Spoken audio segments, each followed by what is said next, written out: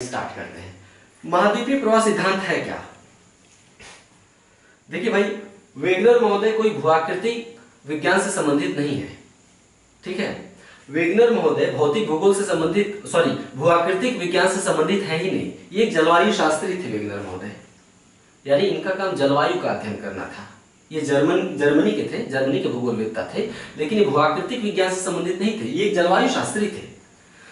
इन्होंने पाया कि या धरती पर ऐसा पाया गया है भूमंडल पर कि एक ही स्थान पर, अभी इसे लिखना नहीं है, पहले हमारे साथ समझ लीजिए, फिर मैं बताऊंगा कि इसे लिखना कैसे है। धरती पर पाया गया है कि भूमंडल पर कि एक ही स्थान पर अलग अलग जलवायु का प्रभाव रहा है, यानी एक ही स्थल अलग अलग समय में अलग अलग जलवायु के प्रभाव में रहे हैं। उदाहरण के लिए ब्राजील से विषुवत रेखा होकर गुजरती है, आप भी जानते हैं। ब्राजील यहाँ पे है ना, ब्राजील से विषुवत रेखा होकर गुजरती है। ब्राजील एक उष्णकटिबंधीय देश है। क्या यह संभव है कि ब्राजील में उत्तरी ध्रुव या दक्षिणी ध्रुव की तरह जलवायु पाई जाएगी? नहीं, यहाँ सूर्य की किरणें हमेशा लंबवत चमकती है, बहुत गर्मी होती है अमेज़न की घाटी में। तो यहाँ पे क्या बर्फ जमना चाहिए? नहीं। हिमानीकरण यहाँ पे होना चाहिए। हिमानीकरण मतलब बर्फ की मोटी मोटी चादरें बिछ जाती हैं, जैसे अंटार्कटिका में बर्फ की मोटी मोटी चादरें बिछी होती हैं। क्या ब्राजील में ऐसा संभव है? लेकिन अगर आपको ऐसा प्रमाण मिले कि ब्राजील में अतीत काल में हिमानीकरण हुआ है, इस बात के अगर पुख्ता सबूत मिल जाए कि ब्राजील में अतीत काल में हिमानीकरण हुआ है, तो आपके मन में कहीं न कहीं से आएगा कि यहाँ भी हिमानीकरण कैसे हो गया, या दक्षिण अफ्रीका में हिमानीकरण कैसे हो गया। ब्राजील में हिमानीकरण, अभी हिम नहीं है वहां पे, लेकिन जब कहीं हिम जमता है ना, तो अपने साक्ष्य छोड़ जाता है, चट्टानों पर निशान ऐसे छोड़ जाता है कि पता चल जाता है कि अतीत काल में यहाँ हिमानीकरण हुआ था, बर्फ जमा था। तो क्या दक्षिण अफ्रीका में बर्फ जम सकता है? ब्राजील में हिमानीकरण हो सकता है? दक्षिणी भारत में हिमानीकरण के साक्ष्य आपको मिल सकते हैं, उष्णकटिबंधीय क्षेत्र है। क्या ऑस्ट्रेलिया में हिमानीकरण के साक्ष्य आपको मिल सकते हैं? संभव ही नहीं है। लेकिन पाया गया है कि भूमंडल पर इन क्षेत्रों में अतीत काल में हिमानीकरण के साक्ष्य मिले। तो वेगनर महोदय समझ नहीं पाए, क्योंकि वो तो जलवायु शास्त्री थे और इसी का अध्ययन कर रहे थे कि जलवायु में कौन कौन से परिवर्तन हुए हैं। तो उन्होंने क्या किया कि यात्राएं शुरू कर दी दुनिया भर की, है ना, जगह जगह से साक्ष्य जुटाए। इस दौरान उन्हें जो प्रमाण मिले वो इस निष्कर्ष पे पहुंच गए वेगनर महोदय कि महाद्वीपों का विस्थापन हुआ है, यानी महाद्वीप आज जहां पे दिख रहे हैं वहां पर अतीत काल में नहीं थे, पहले कहीं और थे। अब आप कल्पना कीजिए कि अगर ब्राजील अतीत काल में, यानी विषुवत रेखा पर आने से पहले ये दक्षिण अमेरिका का क्षेत्र अगर अंटार्कटिका की जगह पे रहा हो, तो अतीत काल में अगर ब्राजील या पूरे दक्षिण अमेरिका का क्षेत्र दक्षिणी ध्रुव के पास रहा हो, तो क्या यहाँ पे हिमानीकरण नहीं होता? वास्तव में यही वेगनर महोदय जानना चाह रहे थे कि यहाँ हिमानीकरण क्यों हुआ। तो उन्हें जो प्रमाण प्राप्त हुआ उसके आधार पर वो ये कह गए कि अतीत काल में महाद्वीपों का विस्थापन हुआ है, यानी ये महाद्वीप कभी दक्षिणी ध्रुव के पास रहे हैं, कभी विषुवत रेखा के पास बहते रहे हैं, प्रवाहित होते रहे हैं। हाँ, प्रवाह की दर समझाने के लिए बता दूं, 1 सेंटीमीटर या 2 सेंटीमीटर एक साल में 1 सेंटीमीटर या 2 सेंटीमीटर। तो अब आप समझ गए कि महाद्वीपीय विस्थापन सिद्धांत क्या है?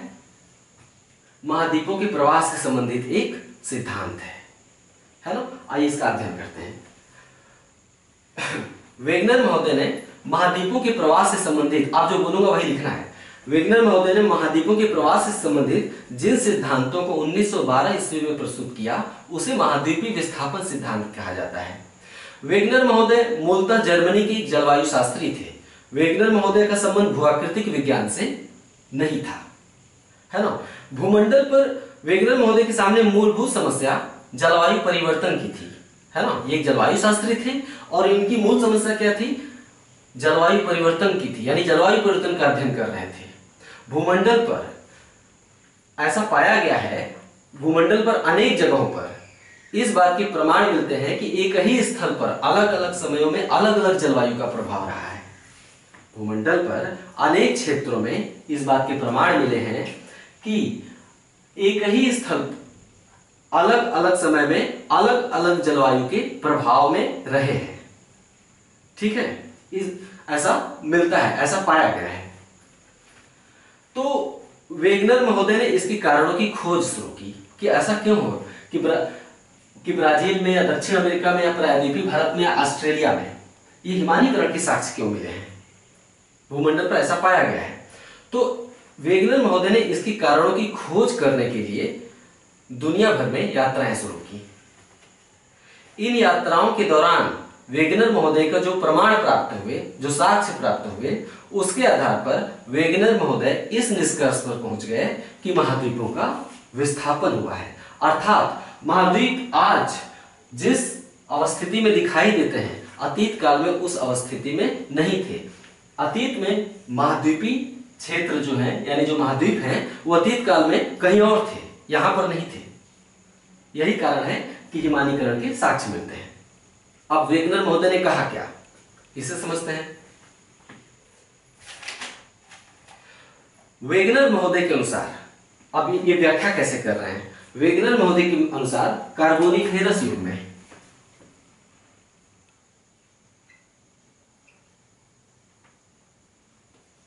अतीत काल में एक युग था, उसको हम कहते हैं कार्बोनिफेरस युग। वास्तव में जिस काल में कोयले का निर्माण हुआ था उसे हम कहते हैं कार्बोनिफेरस युग। तो वेगनर महोदय के अनुसार कार्बोनिफेरस युग में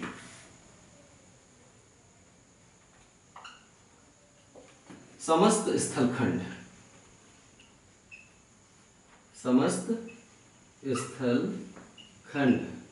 अथवा सभी महाद्वीप आपस में, समस्त स्थलखंड अथवा सभी महाद्वीप आपस में संलग्न थे।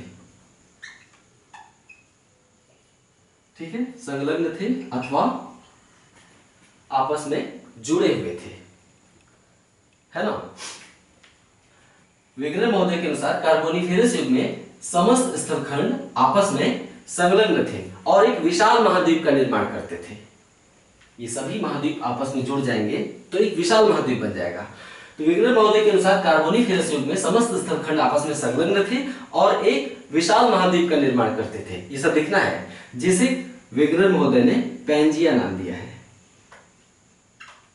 इस विशाल महाद्वीप को वेगनर महोदय ने पैंजिया नाम दिया है। ठीक है, एक चित्र बना लेंगे आप साइड में इस तरह से, ऐसे धरती बना लीजिए। इतनी बातें लिखने के बाद एक चित्र बना लेंगे।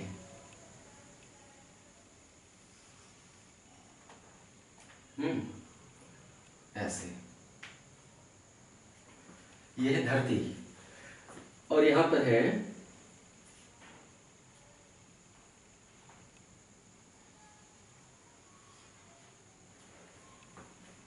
पैंजिया, एक विशाल महाद्वीप।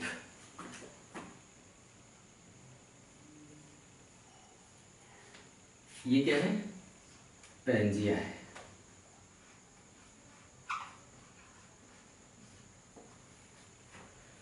जिसे वेगनर महोदय ने पैंजिया नाम दिया है। वेगनर महोदय के अनुसार, हाँ, उन्होंने ये भी बताया, इसके बाद ये लिखिए कि वेगनर महोदय के अनुसार पैंजिया की स्थिति दक्षिणी गोलार्ध में, पैंजिया की स्थिति दक्षिणी गोलार्ध में दक्षिणी ध्रुव के निकट थी।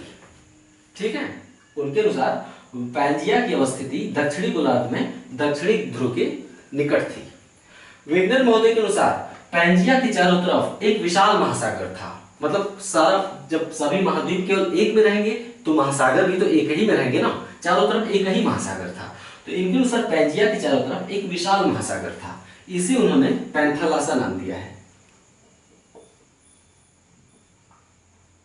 इस विशाल महासागर को वेगनर महोदय ने पैंथालासा नाम दिया है।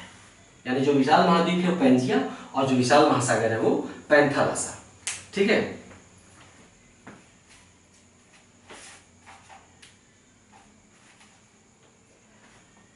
वेगनर महोदय के अनुसार पैंजिया की आंतरिक संरचना में 3 परतें थीं। जैसे हम जब पृथ्वी की आंतरिक संरचना पढ़ाए थे तो बताया था ना कि अलग अलग परतें पाई जाती है पृथ्वी के भीतर, अलग अलग घनत्व वाली। ये पृथ्वी का केंद्र है और ये पृथ्वी का ऊपरी सतह है। तो अब हम वेगनर महोदय के हिसाब से समझेंगे पृथ्वी की आंतरिक बनावट को। वेगनर महोदय के अनुसार पैंजिया की आंतरिक संरचना में 3 परतें थीं। एक सियाल, ऊपरी परत को उन्होंने सियाल नाम दिया है। बीच की परत को उन्होंने सीमा नाम दिया है, सीमा। और सबसे निचली परत यानी केंद्रीय भाग को उन्होंने नीफे नाम दिया है, NIFE। ठीक है। वेगनर महोदय के अनुसार पेंजिया की आंतरिक संरचना में 3 परतें थी। कौन कौन सी? ऊपरी परत अर्थात सियाल, मध्यवर्ती परत अर्थात सीमा, केंद्रीय परत अर्थात नीफे। अब समझ गए? वेगनर महोदय के अनुसार कम घनत्व वाला सियाल सीमा पर तैर रहा था। उनके अनुसार जो सियाल का घनत्व है वो अपेक्षाकृत कम है, और आप जानते हैं कि कम घनत्व वाली वस्तुएं क्या होंगी? अधिक घनत्व वाली वस्तु पर तैरने लगती हैं। तो वेगनर महोदय के अनुसार सियाल का घनत्व अपेक्षाकृत कम था, इसलिए सियाल सीमा पर तैर रहा था या तैर रहा है। इतनी बातें आप समझ गए? कम घनत्व, ये चित्र बनाकर यहां पे लिख दीजिएगा, कम घनत्व। इसके बाद और इसके आगे लिख दीजिएगा अपेक्षाकृत अधिक घनत्व।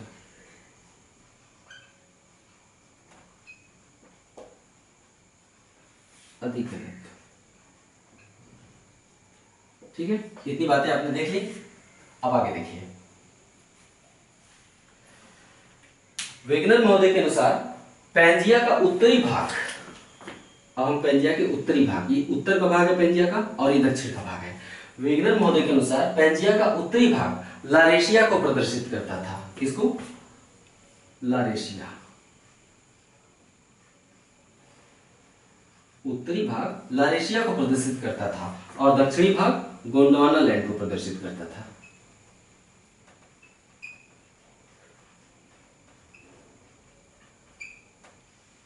ठीक है।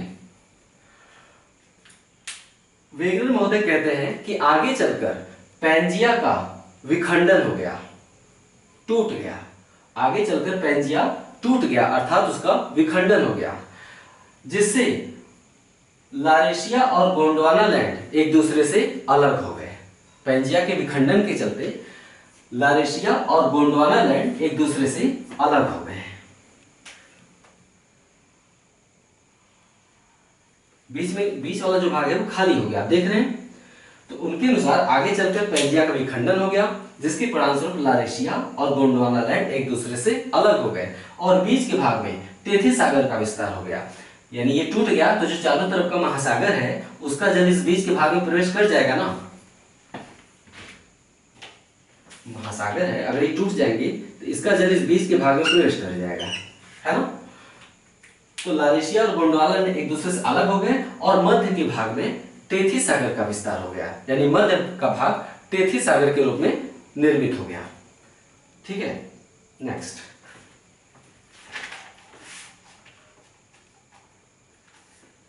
फिर आगे वेगनर महोदय क्या कहते हैं, इसे समझते हैं।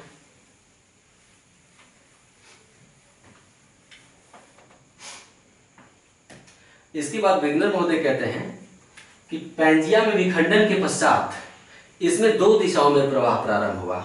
2 दिशाओं में, एक उत्तर की ओर प्रवाह,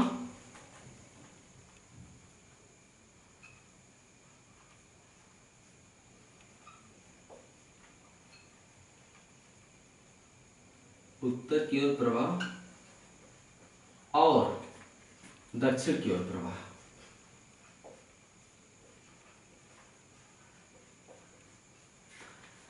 पेंजिया विखंडन के पश्चात इसमें 2 दिशाओं में प्रवाह प्रारंभ हुआ, उत्तर की ओर प्रवाह और पश्चिम की ओर। ये गलत लिख दिया, पश्चिम की ओर। इसके बाद वेगनर महोदय कहते हैं कि वास्तव में ये प्रवाह 2 प्रकार के बलों द्वारा संभव हुआ। ये प्रवाह 2 प्रकार के बलों द्वारा संभव हुआ। पहला, उत्तर की ओर प्रवाह, पेंजिया में उत्तर की ओर प्रवाह गुरुत्व बल और प्लवनशीलता। जब कोई वस्तु तैरती है तो उसे हम क्या कहते हैं? प्लवन करना, है ना, फ्लोटिंग। और प्लवनशीलता के बल के कारण।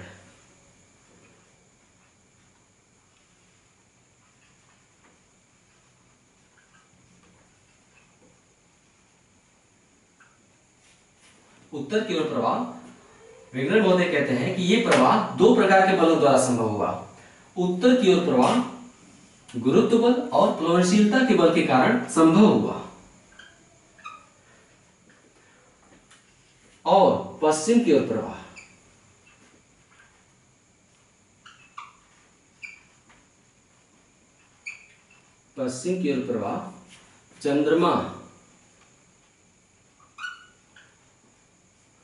चंद्रमा में ज्वारी शक्ति होती है। चंद्रमा क्या करता है, पृथ्वी पर वस्तुओं को अपनी तरफ खींचने का प्रयास करता है, तभी तो ज्वार भाटा आता है ना। यानी अगर पृथ्वी अपने गुरुत्वाकर्षण शक्ति से चंद्रमा को नचा रहा है चारों तरफ, तो चंद्रमा भी अपने वजन और द्रव्यमान के चलते धरती पर एक बल लगाता है, और उसी चलते यहाँ ज्वार भाटा उत्पन्न होता है।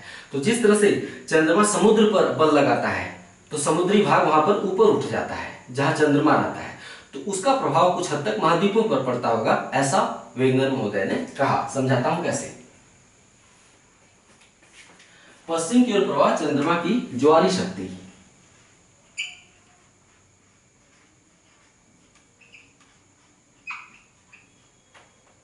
के कारण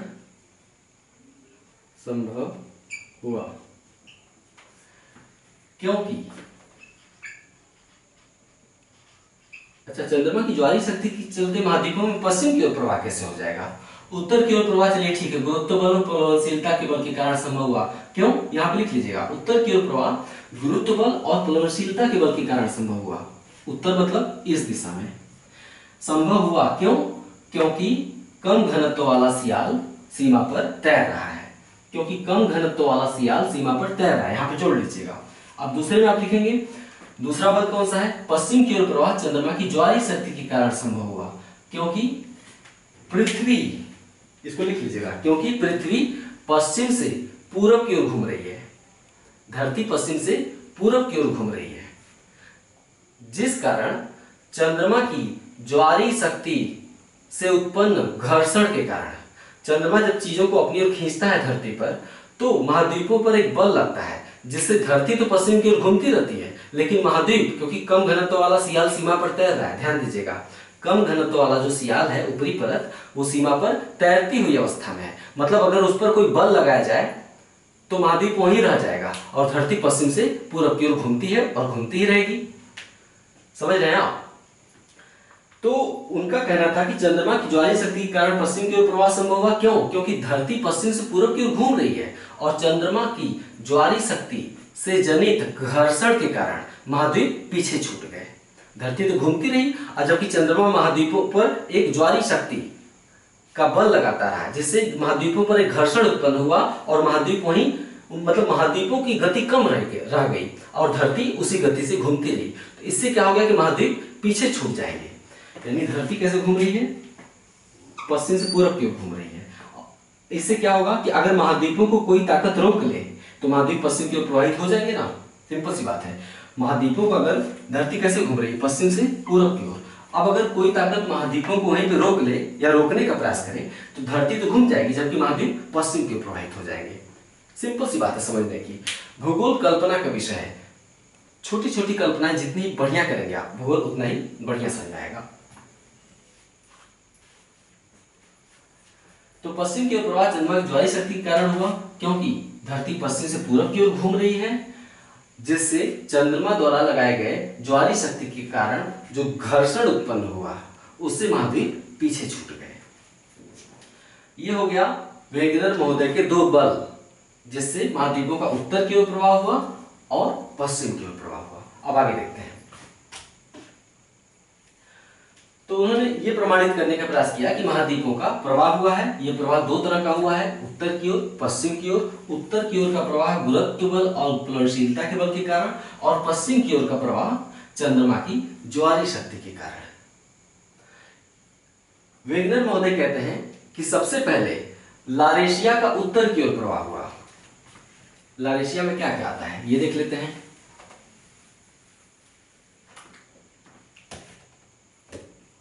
अब इसके बाद चूंकि प्रवाह हो रहा है, तो वेगनर के अनुसार सर्वप्रथम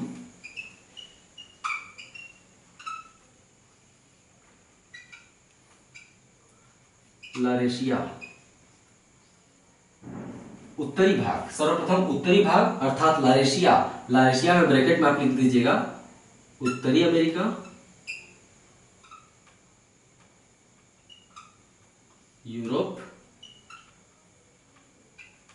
और एशिया, है ना। इन तीनों से मिलकर लारेशिया बनता था, यानी ये तीनों महाद्वीप बाद में टूटकर लारेशिया से अलग हो गए।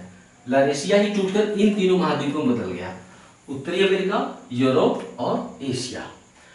तो वेगनर महोदय के अनुसार सर्वप्रथम लारेशिया उत्तर की ओर प्रवाहित हुआ।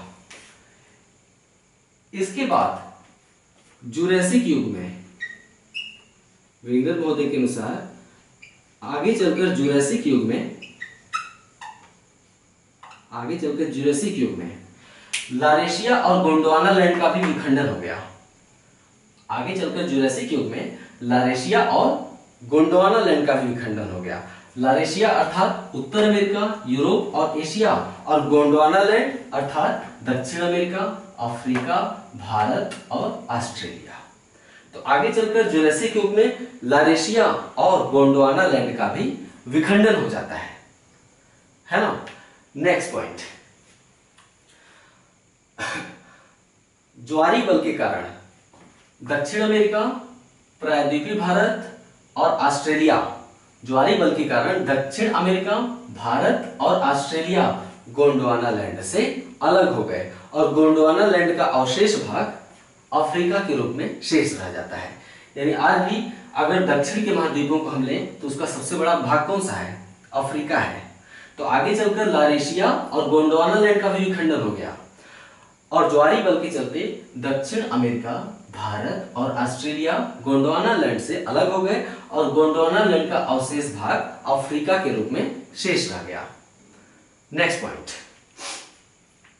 दोनों अमेरिकन महाद्वीप अर्थात उत्तरी और दक्षिणी अमेरिका महाद्वीप ज्वारी बल के चलते पश्चिम की ओर प्रवाहित हुए। भाई पश्चिम की ओर का प्रवाह किससे संभव हुआ? चंद्रमा की ज्वारी शक्ति से संभव हुआ। क्यों? क्योंकि चंद्रमा महाद्वीपों पर एक बल लगाकर महाद्वीपों को स्थिर रखने का प्रयास करता है, जबकि धरती पश्चिम से पूर्व की ओर घूम रही है। स्वाभाविक रूप से है कि महाद्वीप पश्चिम छूटते चले जाएंगे, है ना। तो इसके बाद हमने जो पॉइंट बताया उसके बाद लिखिए कि आगे चलकर दोनों अमेरिकन महाद्वीप पश्चिम की ओर प्रवाहित हो गए, जिससे अटलांटिक महासागर का निर्माण हुआ, या आंध्र महासागर। इसे आंध्र महासागर या अटलांटिक महासागर भी कहते हैं। तो दोनों अमेरिकन महाद्वीपों के पश्चिम की ओर प्रवाहित होने के क्रम में अटलांटिक महासागर का निर्माण हुआ। इसी प्रकार भारत पहले यहां नहीं था, भारत पहले यहां पे अटैच था, अफ्रीका से जुड़ा हुआ था, ठीक है। भारत पहले अफ्रीका से ऐसे जुड़ा हुआ था यहाँ पे किसी भी तरह से। इसके बाद प्रायद्वीपीय भारत अफ्रीका से टूटकर उत्तर की ओर प्रवाहित हो गया। भारत अफ्रीका से, प्रायद्वीपीय भारत अफ्रीका से टूटकर उत्तर की ओर प्रवाहित हो गया, यानी भारत आने वाले समय में यहां पे आ गया। अफ्रीका से टूटकर उत्तर की ओर प्रवाहित हो गया, जिससे हिंद महासागर का निर्माण हुआ। दोनों अमेरिकन महाद्वीपों के पश्चिम की ओर प्रवाहित होने से अटलांटिक महासागर का निर्माण हुआ। प्रायद्वीपीय भारत के अफ्रीका से टूटकर उत्तर की ओर प्रवाहित होने से हिंद महासागर का निर्माण हुआ। नेक्स्ट पॉइंट, चारों तरफ महाद्वीपों के अतिक्रमण के कारण, अब महाद्वीप देखिए फैल रहे हैं, फैलते चले जा रहे हैं। चारों तरफ महाद्वीपों के अतिक्रमण के कारण पैंथालासा संकुचित हो गया। भाई महाद्वीपों का जब फैलाव होने लगा तो महाद्वीपों का पैंथालासा में एक तरह से अतिक्रमण हो गया, तो पैंथालासा सिमट जाएगा। तो चारों तरफ महाद्वीपों के अतिक्रमण के कारण पैंथालासा संकुचित हो गया, और उसका अवशेष भाग प्रशांत महासागर है।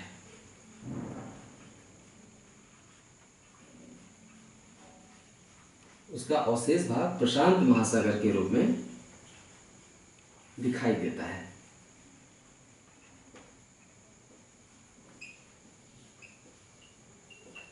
ठीक, ये हो गया वेगनर महोदय का महाद्वीपीय विस्थापन सिद्धांत। यही उन्होंने बताने का प्रयास किया है कि महाद्वीपों का, पहले महाद्वीप आपस में संलग्न थे, पैंजिया था, तो पैंजिया का विखंडन हुआ, उत्तरी भाग लरेशिया, दक्षिणी भाग गोंडवाना लैंड, बीच के भाग में सागर का विस्तार हो गया, टेथिस सागर। संक्षेप में समझ लीजिए, टेथिस सागर। आगे चलकर पैंजिया जब विखंडन हुआ तो दो दिशाओं में प्रवाह हुआ, उत्तर की ओर और पश्चिम की ओर। वेगनर महोदय के अनुसार ये प्रवाह दो प्रकार के बलों से संभव हुए। एक उत्तर की ओर का जो प्रवाह था वो गुरुत्व बल और प्लवनशीलता के बल के चलते, और महाद्वीपों में पश्चिम की ओर जो प्रवाह हुआ वो चंद्रमा की ज्वारीय शक्ति के चलते, है ना। सबसे पहले लारेशिया अर्थात उत्तरी अमेरिका, यूरोप और एशिया का उत्तर की ओर प्रवाह हुआ। आगे चलकर जुरासिक युग में लारेशिया और गोंडवाना लैंड का भी विखंडन हो गया। दक्षिण अमेरिका, प्रायद्वीपीय भारत, ऑस्ट्रेलिया गोंडवाना लैंड से टूटकर या विखंडित होकर अलग हो गए। गोंडवाना लैंड का अवशेष भाग अफ्रीका के रूप में रह गया। दोनों अमेरिकन महाद्वीप पश्चिम की ओर प्रवाहित हुए ज्वारीय बल के कारण, जिससे अटलांटिक महासागर का निर्माण हुआ। प्रायद्वीपीय भारत के उत्तर की ओर प्रवाहित होने के चलते हिंद महासागर का निर्माण हुआ। चारों तरफ महाद्वीपों के अतिक्रमण के चलते पैंथालसा संकुचित हो गया और उसका अवशेष भाग प्रशांत महासागर के रूप में शेष रह गया, यानी एशिया के पूर्व में और अमेरिका के पश्चिम में। क्योंकि पृथ्वी गोल है, आपस में सटी हुई है, अगर इसको आप गोल कर दें तो इधर का भाग और इधर का भाग आपस में ऐसे सट जाएंगे, है ना। तो इधर और इधर अवशेष भाग के रूप में प्रशांत महासागर बचा रह गया। अब इसमें कुछ बातें शेष हैं, उन्हें भी समझते हैं।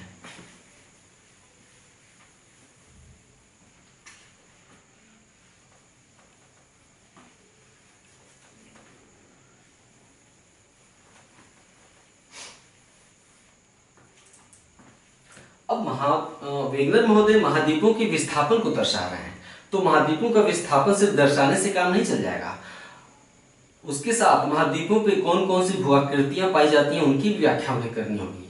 तब लोग उनसे पूछेंगे कि ये जो पश्चिमी सिरे पर जो एंडीज पर्वत पाई जाती है और यहाँ पे जो रॉकीज पर्वत पाई जाती है, ये क्रम से पश्चिमी छोर पर ही क्यों पाए जाते हैं।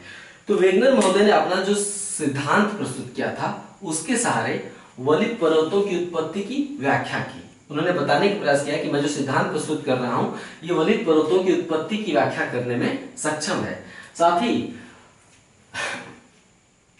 कुछ द्वीप समूह पाए जाते हैं, जैसे यहाँ पर पश्चिमी अटलांटिक महासागर में आप देखेंगे यहां से लेकर शुरू होती है द्वीपों की एक श्रृंखला यहां तक चली जाती है। आप देखेंगे वेस्ट इंडीज कहा जाता है। ये द्वीप कहां से आ गए इसकी व्याख्या करनी होगी वेगनर महोदय को। साथ ही यहाँ पर आप देखेंगे तो फिलिपाइन द्वीप समूह है, फिर यहाँ पे जापानीज द्वीप समूह है, फिर यहाँ पे सखालिन द्वीप समूह है, फिर यहाँ पे क्यूराइल द्वीप समूह है जो अलास्का से छिटकर पश्चिम की ओर आ गया है। आप मैप में जो राजनीतिक मानचित्र टांगे हैं अपने रूम में उसमें आप देख सकते हैं एटलस खोलकर। यहाँ पर फिलिपाइन द्वीप समूह है, यहाँ पर जापान है, यहाँ पर सखालिन द्वीप समूह है और यहाँ पर क्यूराइल द्वीप समूह है जो वास्तव में ये अलास्का का पश्चिमी छोर है ना, उत्तरी अमेरिका का जो ये अलास्का कहलाता है। अलास्का से यहाँ पश्चिम की ओर निकली हुई द्वीपों की एक श्रृंखला दिखाई देती है, आप मैप में देख सकते हैं। इसे क्यूराइल द्वीप समूह कहते हैं, है ना। तो ये भी सवाल आता है कि वेगनर महोदय ये तो कह रहे हैं कि महाद्वीपों का विस्थापन हुआ है, तब ये भी बताइए कि इन द्वीपों का निर्माण कैसे हुआ। वेस्ट इंडीज, पश्चिमी द्वीप समूह और साथ ही पूर्व में जो द्वीप है फिलिपाइन, जापान, सखालिन और क्यूराइल द्वीप समूह। तो वेगनर महोदय ने अपने महाद्वीपीय विस्थापन सिद्धांत के सहारे वलित पर्वतों की उत्पत्ति की व्याख्या करने का प्रयास किया है। साथ ही द्वीपीय चाप, इन्हें द्वीपीय चाप कहते हैं, जब द्वीपों का निर्माण श्रृंखला के रूप में होता है एक के बाद एक। जैसे लगता है कि जब आप तालाब में पत्थर फेंकते हैं, जब हम बचपन में थे तो हम क्या करते थे, एक चिप्पी उठाते थे, उसे चिप्पी कहते हैं, पतला चपटा पत्थर, उसे हम तालाब में ऐसे फेंकते थे तो जो चिप्पी होती थी थोड़ी थोड़ी दूर पे उछलते हुए बहुत दूर तक जाती थी। तो बच्चों में एक प्रतियोगिता होती थी कि कौन सबसे ज्यादा पकौड़ी छानता है। ऐसे चिप्पी फेंके कि जो चिप्पी है पानी में डूबने की बजाय उछलती हुई दूर तक चली जाए। तो वास्तव में ये द्वीपीय चाप उसी तरह नजर आते हैं। तो एक चाप का निर्माण करते हैं, जब ऐसे कोई आकृति खींची जाती है तो उसे क्या कहते हैं, चाप। तो ये द्वीपीय चाप एक श्रृंखलाबद्ध रूप में निर्मित हुए हैं, आप देखेंगे जैसे अलास्का के पश्चिम में जो द्वीपीय चाप है। तो वेगनर महोदय ने इन द्वीपीय चापों अर्थात द्वीपों की उत्पत्ति की समस्या को भी सुलझाने का प्रयास किया है अपने महाद्वीपीय विस्थापन सिद्धांत के सहारे। अगले वीडियो में हम देखेंगे कि वेगनर महोदय ने किस प्रकार वलित पर्वतों की उत्पत्ति और द्वीपों की उत्पत्ति की व्याख्या करने का प्रयास अपने महाद्वीपीय विस्थापन सिद्धांत में किया है। ठीक है, नमस्कार।